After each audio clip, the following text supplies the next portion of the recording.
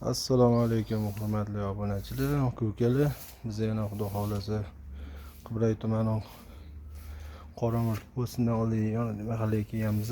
Xudo xolasa o'quv ishlarini olib boramiz.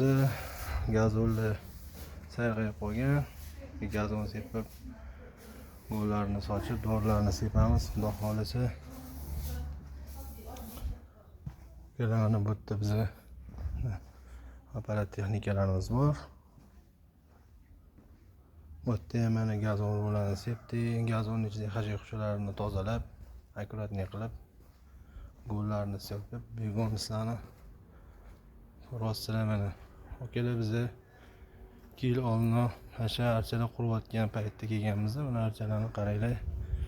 Biza dezinfeksiya qilib, dorilarni sepganimizdan keyin xudo xolasa jarayonini ko'ryapsizlar. 2 yilda qanaqa chiroyli bo'lib ketgan archalar. Kimlarga shunaqa xizmatlar kerak bo'lsa, aka-ukalar bizga aloqaga chiqasizlar. Xudo xolasa sizlarning ishinglarni chiroyli, sifatli qilib bitirib chiqib ketamiz. Archalarni ko'ryapsizlar, qanaqa chiroyli bo'lib turibdi.